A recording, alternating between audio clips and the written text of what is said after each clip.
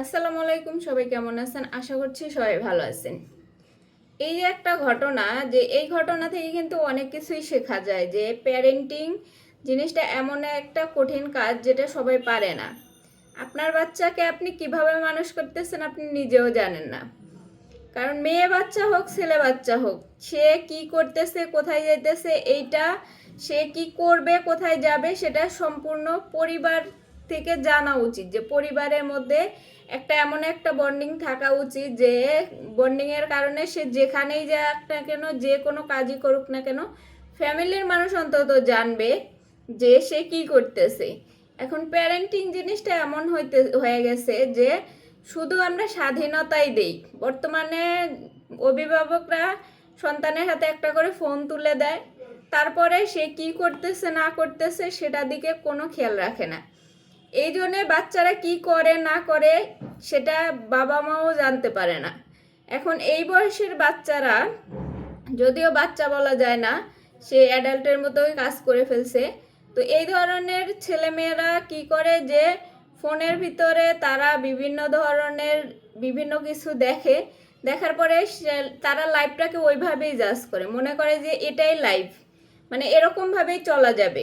অন্যজনের লাইফস্টাইল দেখে সে এভাবেই চলতে চায়, কিন্তু সমাজ বলতে, ফ্যামিলি বলতে তাদের কাছে ওরকম গুরুত্ব থাকে না।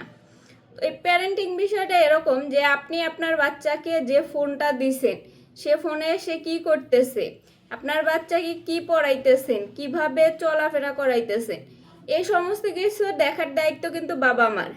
এখন বাবা মা যদি শুধু আদর দিয়ে থাকে, বা সে একটা ফোন দিয়ে দিছে, তারপরে কি করতেছে না করতেছে সেইটা দেখার বিষয় না। এই কারণেই বাচ্চারা বেশি নষ্ট হয়। আপনার বাচ্চাকে আপনি প্রয়োজনের কারণে দিতে পারেন ফোন, তারপরে প্রয়োজন শেষে সেটা সরিয়ে ফেলবেন।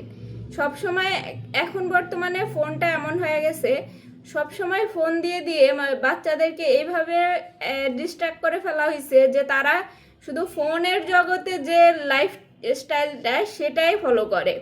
তারা বাস্তবিক জীবনটা কি হইতেছে না হইতেছে এটা দেখতে চায় না।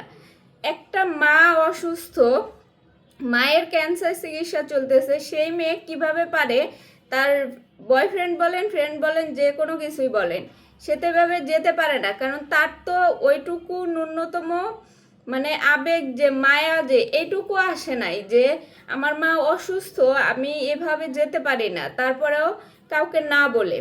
এই শিক্ষাটা তার পরিবার থেকেই পাইছে। এখন পরিবার এমন আদরে মানুষ করছে যে সে তার নিজের বুদ্ধিটুকু খাটাইতে পারতেছে না। ফোনের নেশা, ফোন এমন কিছু যে জিনিসটা মানুষকে এইভাবেই বিপথে নেয়। সে বলছে যে তার 2 বছর আগে পরিচয় ছিল। 2 বছর আগে পরিচয় থাকলে সে এখন ক্লাস 6-এ পড়ে। 2 বছর আগে সে কোথায় ছিল?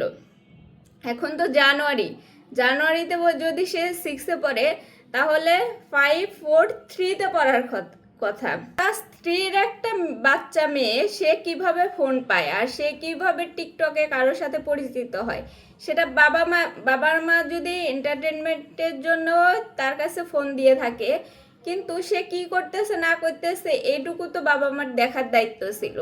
সেই জায়গা থেকে হয়তো বাবা মা ওইভাবে গাইড করতে পারে নাই, সেজন্যই এই অবস্থা।